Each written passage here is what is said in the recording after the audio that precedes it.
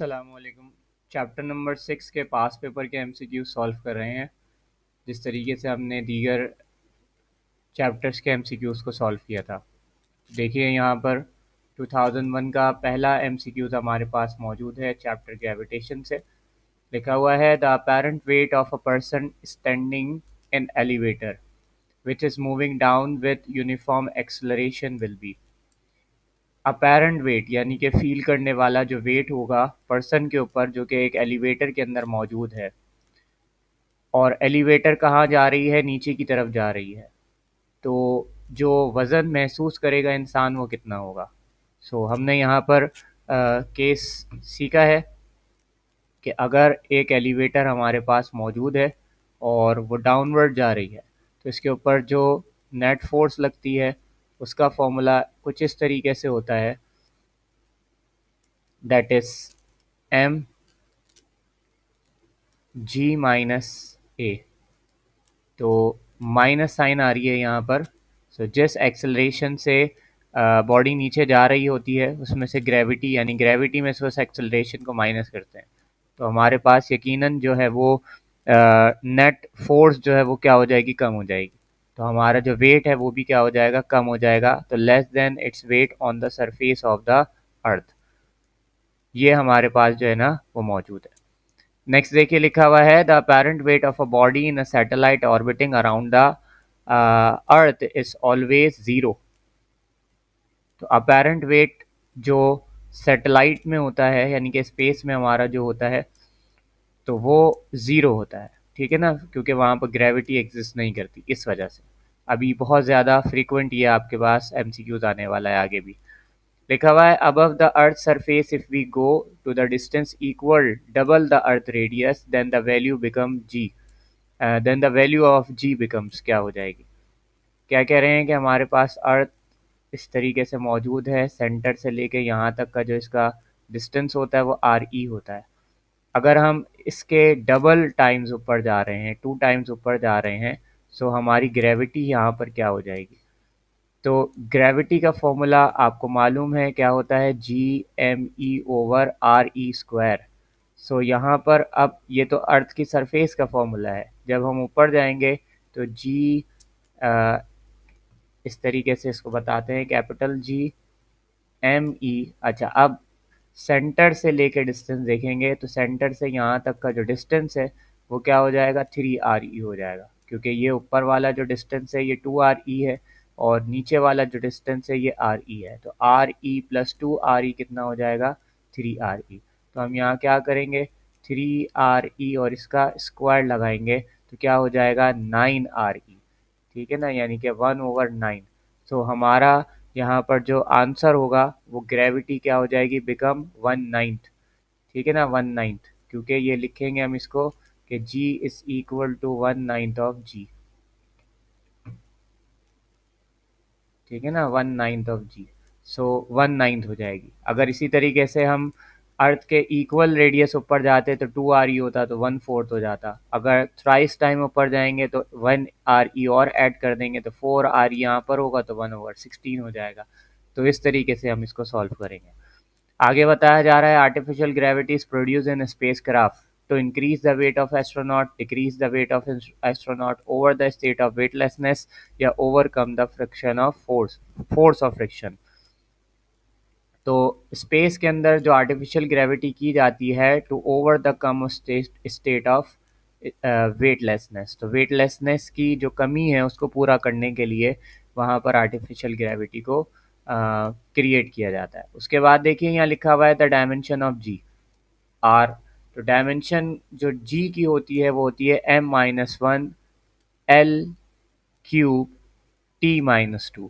इसको आप डायमेंशन के टॉपिक में देख सकते हैं। डायमेंशन एक पूरी ब्रीफ वीडियो यहाँ पर मौजूद है, जिसको आप देख सकते हैं, जिससे आप दीगर जितनी भी डायमेंशन है उसको सॉल्व करना सीख सकते हैं। इससे रिलेटेड काफ़ी MCQs और न्यूमेरिकल्स बेस्ड क्वेश्चन आते हैं, तो उसको भी आप सीख सकते हैं। तो आप उस वीडियो को देख लीजिएगा, मैं डिस्क्रिप्शन में उसको डाल दूँगा। नेक्स्ट क्वेश्चन आ रहा है the radius of earth were to shrink and its mass were to remain the same, acceleration due to gravity on the surface of earth will be। कह रहे हैं कि अर्थ का रेडियस श्रिंक कर दिया जाए और मास सेम रखा जाए। तो देखो ये बताया जा रहा है capital G M E over R E square. हम इसको ऐसे बोलेंगे कि जी जो है वो इन्वर्सली रिलेटेड हो जाएगा आर ई स्क्वायर के। तो अगर मैं आर को श्रिंक करूँगा तो मेरी ग्रेविटी क्या हो जाएगी, वो इंक्रीज हो जाएगी। श्रिंक का मतलब कम कर रहा हूँ, तो आर ई कम करने से ग्रेविटी ने बढ़ जाना है और आर ई को बढ़ा देने से, एक्सपेंड करने से जी ने कम हो जाना है। तो यहाँ पर आएगा इंक्रीज, क्योंकि मैं अर्थ के रेडियस को कम कर रहा हूँ। ठीक, तो कम करने से ग्रेविटी इंक्रीज हो जाएगी क्योंकि इन्वर्स रिलेशन है यहाँ पर। उसके बाद आगे देखिए लिखा हुआ है if a mass goes to height equal to the radius of earth from its surface, his weight related to the earth would be।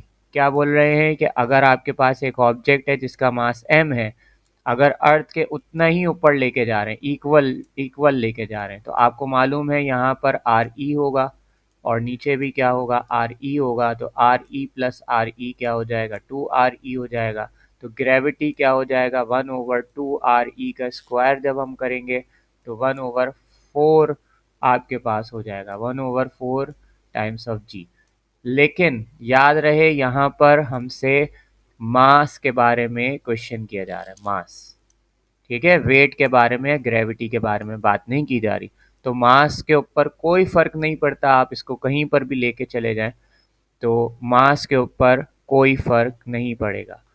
लिखा हुआ क्या है, if a mass goes to the height equal to the radius of the earth from its surface, his weight related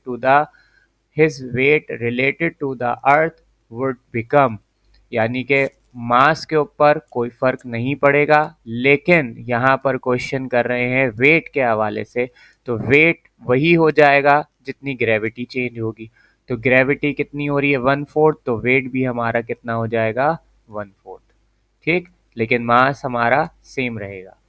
उसके बाद लिखा हुआ है ocean tides are caused by gravitational force exerted earth bye.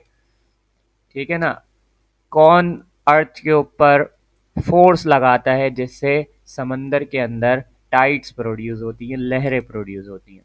So the right answer is both sun and moon. ठीक है ना, सन भी और मून भी कॉज होता है ग्रेविटेशनल पुल पुल के लिए, और उसकी वजह से आपके पास ओशियन के अंदर टाइड्स प्रोड्यूस होती हैं। नेक्स्ट लिखा हुआ है the weight of an object in A satellite orbiting around earth is. अभी हमने पढ़ा कि क्या होगा, 0 होगा। आगे बढ़ते हैं, लिखा हुआ है the apparent weight of a body in a satellite orbiting around the earth is 0। Repeat हो गया, if we go up the surface of earth to the distance equal to the radius, equal to the radius जा रहे हैं, तो अभी हमने solve किया, कितना हो जाएगा, 1/4। डबल जाते तो 1/9। लिखा हुआ है a man goes up a height from the earth equal to the radius of the earth, his weight related to, अभी वही सॉल्व किया हमने, क्या हो जाएगा, 1/4। नेक्स्ट देखो क्या आ रहा है, if we go up from the surface of earth distance equal to the radius, फिर दोबारा वही। तो देखिए कितनी ज़्यादा फ्रीक्वेंट एक ही एमसीक्यूज आपके पास आ चुका है। ठीक, उसके बाद अभी और भी आगे आएगा। देखिए दोबारा यहाँ पे लिखा हुआ है if one move up from the surface of earth to the distance equal to the earth, acceleration due to gravity will be, वही हो जाएगी 1/4। तो 1/4 ऑफ जी। नेक्स्ट क्या लिखा हुआ है, at a distance equal to the radius of earth above the earth surface the value of acceleration due to gravity become 1/4। ठीक, तो 4 साल लगातार एक ही एमसीक्यूज आपके पास आया है। देखिए उसके बाद लिखा हुआ है the weight of a man 600 newton at the earth, his weight on the moon where G is equal to G/6 will be. तो देखिए जैसे ग्रेविटी कम होगी वैसे ही वेट भी कम होगा। तो ग्रेविटी डिवाइडेड बाय 6 हो रही है, तो यहाँ पर वेट डिवाइडेड बाय भी क्या हो जाएगा, 6 हो जाएगा। तो इसको कैंसिल करेंगे तो हमारा आंसर क्या इतना हो जाएगा, 100। Artificial gravity can be created in the spaceship by producing spin motion. Spin motion करवाकर आर्टिफिशियल ग्रेविटी को क्रिएट किया जाता है। If a person ascend from the surface of earth to the distance equal to the radius of earth, equal to the radius of earth आ गया तो क्या हो जाएगा 1/4। उसके बाद the value of gravitational constant capital G was determined bye, तो याद रखिएगा Newton law of gravitation Newton ने पेश किया था, लेकिन जी की वैल्यू जो है वो कैवेंडिश ने डिटरमाइन की थी, ठीक है, जो कि 6.67 10⁻⁻11 होती है। उसके बाद देखिए लिखा हुआ at a distance equal to the twice, twice का वर्ड इस्तेमाल किया गया है यहाँ पे। तो ट्वाइस में एक ऐड कर देंगे तो 3 टाइम होगा, और 3 का स्क्वायर ले लेंगे तो क्या हो जाएगा 1/9। सो यहाँ पर इसका जो है वो राइट आंसर है 1/9। नेक्स्ट देखिए क्या लिखा हुआ है, if a man goes up earth surface to the distance equal thrice, thrice का मतलब यहाँ पर एक और ऐड कर दिया जाएगा, 4 टाइम होगा, 4 का स्क्वायर लेंगे तो कितना होगा 16। So right answer is 1/16।